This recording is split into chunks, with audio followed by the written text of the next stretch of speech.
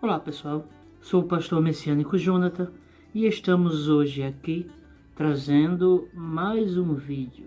Hoje iremos trazer a segunda parte da introdução aos 7 selos. Trataremos hoje do capítulo 5 do livro das Revelações, o livro de Apocalipse, escrito por João na ilha de Patmos, às igrejas da Ásia Menor. Então, darmos início aqui ao nosso estudo de hoje, né? E nesse estudo abordaremos todo o capítulo 5, que é um capítulo bem pequeno. No próximo vídeo, trataremos sobre os 7 selos, ok? Então, vamos lá. Capítulo 5, versículo 1, diz assim: E vi na destra do que estava sentado sobre o trono um livro escrito por dentro e por fora, selado com 7 selos. Vi um anjo forte, bradando com grande voz: Quem é digno de abrir o livro e de desatar os seus selos? E ninguém no céu, nem na terra, nem debaixo da terra podia abrir o livro, nem olhar para ele. Perceba a visão que João teve aqui. E ele viu um livro com selos por dentro e por fora. Olhe, preste atenção na visão. Esse livro, ele tinha tamanha importância, tamanho resplendor, que ninguém era digno de tocá-lo, nem sequer de olhá-lo. Isso causou medo no apóstolo. Mas na visão, por que causou medo? Porque ele sabia, algo estava ali dizendo a ele o tamanho da importância que era aquele livro. Vejamos o versículo 4. E eu chorava muito, porque ninguém fora achado digno de abrir o livro, nem de o ler, nem de olhar para ele. E disse-me um dos anciãos: Não chores, eis aqui o leão da tribo de Judá, a raiz de Davi, que venceu para abrir o livro e desatar os seus 7 selos. Ele estava ali já chorando, pois o seu pensamento era que nem mesmo o Cristo teria sido digno ali de abrir aquele livro, não é? Ele estava em total desespero. Mas o anjo que estava mostrando essas coisas a João, ele disse: João, pare de chorar. Não chore. Por que não chorar? Porque o leão da tribo de Judá, ele venceu. Ele é digno de desatar os seus selos e abrir o livro. Nesse livro existem coisas que nós iremos estudar no próximo vídeo. Mas enquanto isso, como eu disse, o nosso foco é o capítulo 5. Ok? Vamos lá. Olhei, e eis que estava no meio do trono e dos 4 animais viventes, e entre os anciãos um cordeiro, como havendo sido morto, e tinha 7 chifres e 7 olhos, que são os 7 Espíritos de Deus enviados a toda a terra. Mais uma vez, olha aí que coisa interessante. 7 Espíritos de Deus. Deus, ele não tem 7 Espíritos, ele é um Espírito só. Apesar dele ser onipresente, mas ele é um só, não 7 em um. E como já foram falado aqui nos vídeos anteriores, esses 7 Espíritos são os 7 pastores das 7 igrejas da Ásia Menor. Então, veja só, esse cordeiro, ele havia como se tivesse sido morto, ou seja, ele estava ensanguentado, né? E por ser uma visão, foi-lhe mostrada uma figura essa que ele tinha 7 chifres e 7 olhos. Chifres, sinal de poder, liderança. Olhos, sinal de visão, vista. Agora, olha que coisa interessante aqui. Que ainda vai dizer que são os 7 Espíritos de Deus enviados a toda a terra. Esses chifres e olhos são 7 líderes que foram enviados à terra para pregar o Evangelho do Senhor Yeshua.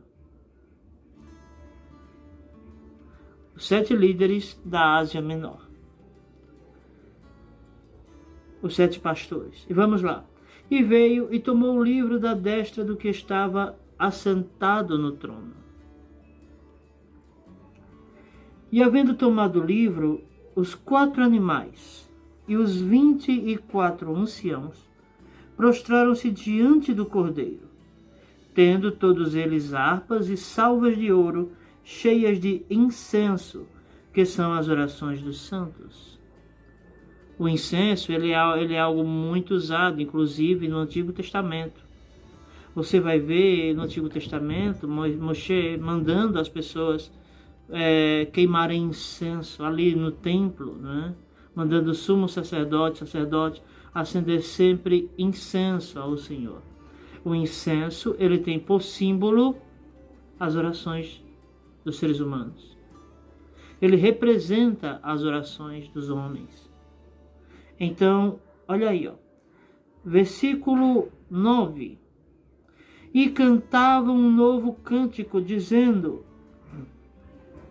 digno és de tomar o livro e de abrir os seus selos, porque foste morto, e com o teu sangue nos compraste para Deus de toda a tribo e língua e povo e nação. Perceba que os anjos diziam aqui ao Mashiach, Yeshua, que Yeshua nos comprou para Deus. Bom, porém, de acordo com a doutrina da Igreja Cristã, Cristo é Deus em forma de trindade, né? Em forma de trindade. Aí existem a doutrina da Santíssima Trindade. Essa doutrina, ela vai contra o que as Escrituras ensinam. Infelizmente, muitas pessoas, por estarem cegas e não conseguirem enxergar que o Novo Testamento em nada tem a ver com o cristianismo, querem colocar coisas dentro dele que ele não diz. E isso chama-se deturpação. O Novo Testamento, ele é um documento do primeiro século. Ele é um documento que vai mostrar a doutrina dos apóstolos. Vai mostrar o judaísmo que há por trás de tudo que os apóstolos ensinaram e o judaísmo que havia por trás da igreja no primeiro século da era cristã. As pessoas não conseguem levar em conta que o Novo Testamento ele não tem nada a ver com o cristianismo. Nada. De capa a capa, ele é totalmente judaico. Isso mesmo. O Novo Testamento é um documento judaico, não cristão. Mas vamos lá. Versículo 10. E para o nosso Deus nos fizeste reis e sacerdotes, e reinaremos sobre a terra. João aqui, ele está fazendo referência ao que Pedro ensina. O que é que Pedro ensina sobre isso?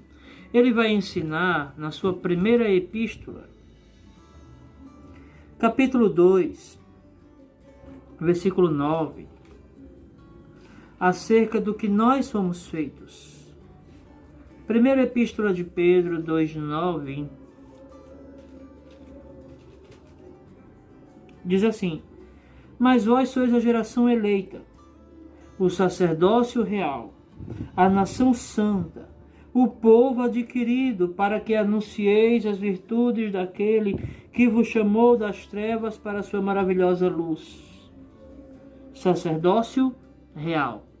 É a mesma coisa que Apocalipse 5,10 fala: para o nosso Deus nos fizestes reis e sacerdotes, e reinaremos sobre a terra. Sacerdote real. Foi isso que o Senhor fez conosco. Nos pôs em um patamar de reis. Mas vamos entender um pouco mais aqui. Versículo 11 de Apocalipse. E olhei e ouvi a voz de muitos anjos ao redor do trono, e dos animais, e dos anciãos, e era o número deles milhões de milhões, e milhares de milhares, que com grande voz diziam: digno é o Cordeiro que foi morto de receber o poder, e riquezas, e sabedoria, e força, e honra, e glória, e ações de graças. Veja, aqui estavam os anjos exaltando, adorando o Messias. Aí algumas seitas aí querem ensinar que o Mashiach não deve ser adorado. É o caso das testemunhas de Jeová. Porém, os anjos aqui, eles estavam adorando a Cristo. Quando paramos para examinar aqui, olha aí, capítulo 5, versículo 11. E olhei e ouvi a voz de muitos anjos ao redor do trono, e dos animais e dos anciãos. E era o número deles milhões de milhões e milhares de milhares, que com grande voz diziam: digno é o Cordeiro que foi morto de receber o poder e riquezas e sabedoria e força e honra e glória e ações de graças. Aqui eles estavam adorando, exaltando o Messias. Vamos lá. Versículo 13. E ouvi toda a criatura que está no céu e na terra e debaixo da terra, e que estão no mar, e a todas as coisas que neles há, dizer: ao que está assentado sobre o trono e ao Cordeiro sejam dadas ações de graças, honra, glória e poder para todos sempre. E os 4 animais diziam: amém. E os 24 anciãos prostraram-se e adoraram ao que vive para todos sempre. Esse aqui é o Messias. Todo instante, todo momento estavam adorando ao Messias. Então, Cristo é digno, sim, de ser adorado. Cristo é totalmente digno de ser glorificado, pois até os anjos o adoram. Até os anjos se prostram diante dele. O Senhor sabe aquilo que ele deixou escrito. Isaías, capítulo 55, versículo 6, está escrito: buscai ao Senhor enquanto se pode achar, invocai-o enquanto ele está perto.